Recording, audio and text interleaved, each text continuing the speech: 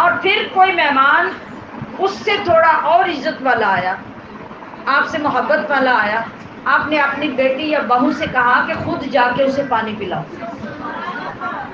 اب آپ کی بیٹی یا بہو خود جا کے پانی پلا رہی ہیں۔ اب کوئی آنے والا ایسا بھی آئے گا، اتنی محبت والا آپ کا، اتنا عزیز ہوگا کہ آپ خود جا کے بیٹھیں گے، اپنے ہاتھ سے پانی پلا کے اسے پیش کریں گے ڈال کے گلاس میں کہ لو پانی پیو۔ یہ کتنا بڑا آنر ہے، کتنی محبت کا ثبوت ہے۔ تو مصطفیٰ کریم کے اس حوض پر، حوض کوثر میں سارے جائیں گے، عام امتی بھی جائیں گے، عام محبت کرنے والے، صرف کلمہ پڑھنے والے بھی جائیں گے، وہاں فرشتے بھی، صحابہ بھی ان کو پانی پلا رہے ہوں گے۔ لیکن جو عاشق ہوں گے، جو سچے غلام ہوں گے، جو درود و سلام سے عشق تک محبت کرنے والے ہوں گے، ان کا عالم کیا ہوگا کہ مصطفیٰ خود جام بھر بھر کے انہیں اپنے ہاتھ سے پھر عاشق کہتا ہے کہ آب کوثر پیئیں گے، ہمارا یقین ہے کہ ہم پیئیں گے، تو اس لیے نہیں پیئیں گے، عشق والوں کے پھر ناز بھی تو ہوتے ہیں نا۔ اب عاشق کہتا ہے کہ ہم آب کوثر تو پیئیں گے اس لیے کہ وہ بڑا مقدس پانی ہے، ہمارے نبی کو رب نے عطا کیا ہے، لیکن اس لیے نہیں پیئیں گے کہ وہ پانی مقدس ہے، مگر ایک لالچ ہوگا، اس کے لیے ہمیں آب کوثر کی طلب ہوگی۔ وہ کیا کہ آب کوثر پیئیں گے تو صرف اس لیے ہم کو دے گا پیالہ ہمارا نبی، ہم کو دے گا پیالہ ہمارا نبی۔ اور یہ کون لوگ ہوں گے جن کو نبی خود پیالہ بھر کے پلائے گا؟ ایک وہ جو سچا عاشق، اپنی جان، مال، اولاد سب کچھ نبی کی جان پہ قربان کرنے والا، اور دوسرا وہ جو نبی کے دین کا عالم ہوگا۔ حضور ان کو جب بلائیں گے حوض کوثر پہ یہ لوگ جائیں گے تو میرے آقا خود اپنے دستے شفقت اور ید اللہ کی شان والے ہاتھ کے ساتھ پیالہ اس حوض کوثر سے بھر کے ان کو پیش کریں۔ کیا شان ہوگی، کیا مقام ہوگا۔ تو کہاں عاشق نے پھر وہ ایک جذبہ جو تخیل میں آیا تھا اس کو سوچا اور الفاظ کا روپ دے دیا کہ آب کوثر پیئیں گے تو صرف اس لیے ہم کو دے گا پیالہ ہمارا نبی، اے سراپا اجالا ہمارا نبی، رحمت حق تعالی ہمارا نبی، اور فکر و نگاہ بشر سے کہیں، فکر و نگاہ بشر سے کہیں ہے بلند اور بالا ہمارا نبی، اور جس کی نسبت سے ہو جائیں گے پار ہم۔ فرشتے پوچھیں گے کون ہو، کس کی امت ہو؟ مصطفیٰ کی۔ کون ہو؟ مصطفیٰ کے غلام۔ کہاں سے آئے ہو؟ مصطفیٰ کا کلمہ پڑھنے والے۔ تو جس کے پاس یہ نسبت رسول ہوگی، نسبت مصطفیٰ ہوگی، اللہ ان سب کو پار کرواتا جائے گا۔ فرمایا کہ جس کی نسبت سے ہو جائیں گے پار ہم، ہے وہ سچا حوالہ ہمارا نبی،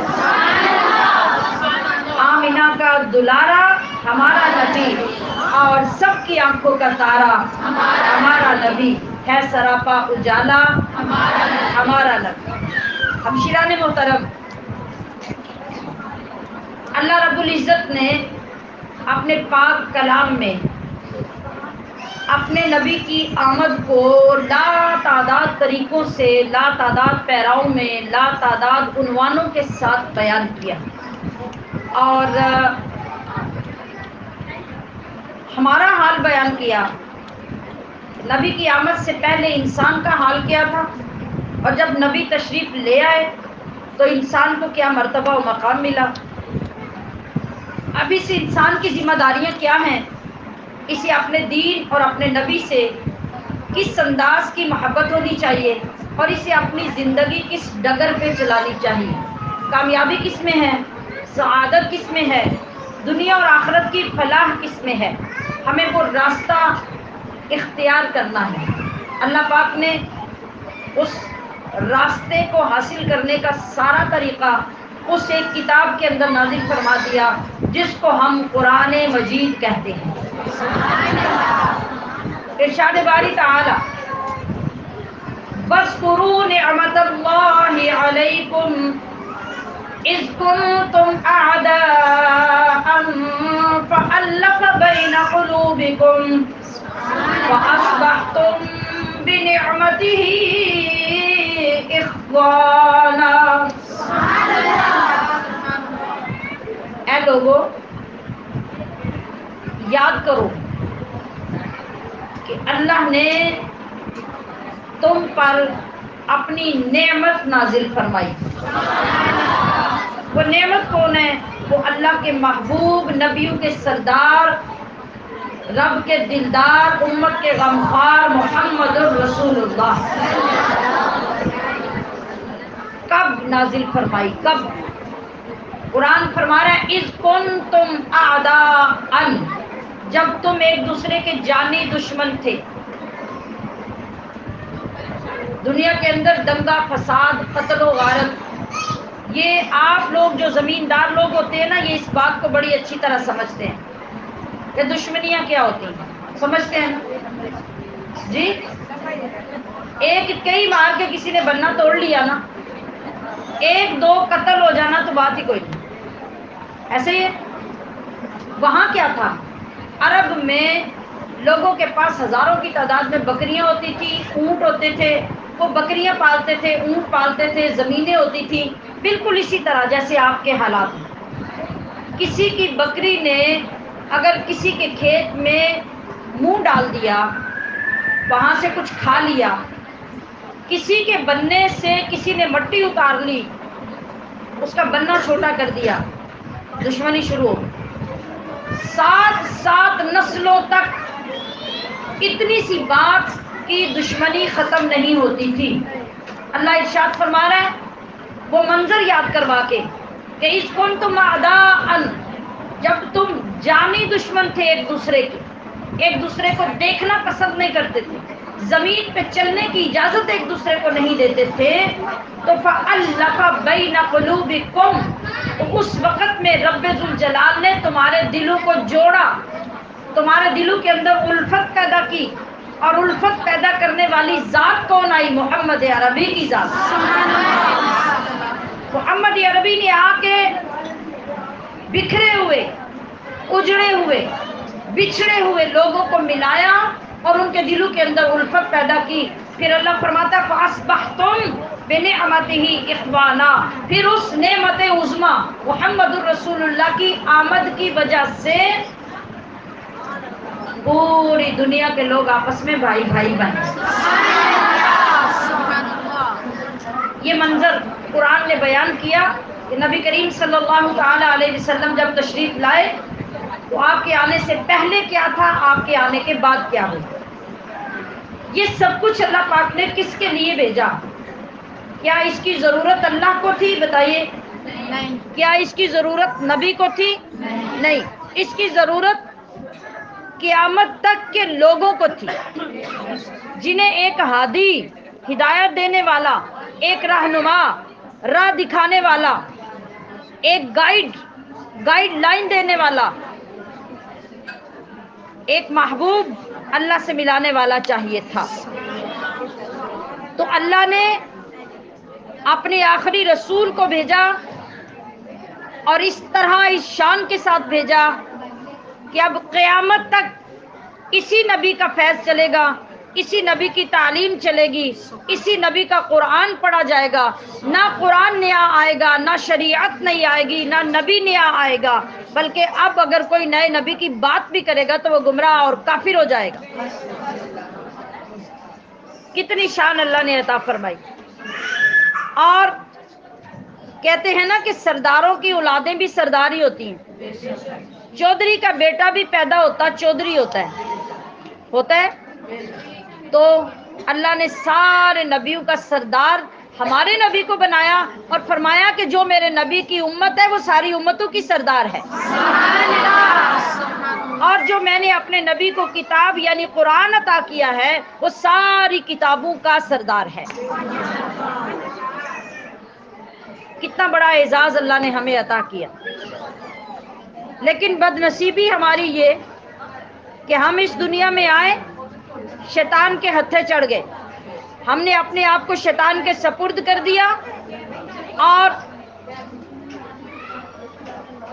پھر واپس اس جہالت کی اور گمراہی کی زندگی کی طرف چل گئے. ہم نے ان تعلیمات کو حاصل کرنا ضروری نہیں سمجھا. قرآن ہمارے گھروں میں ہے،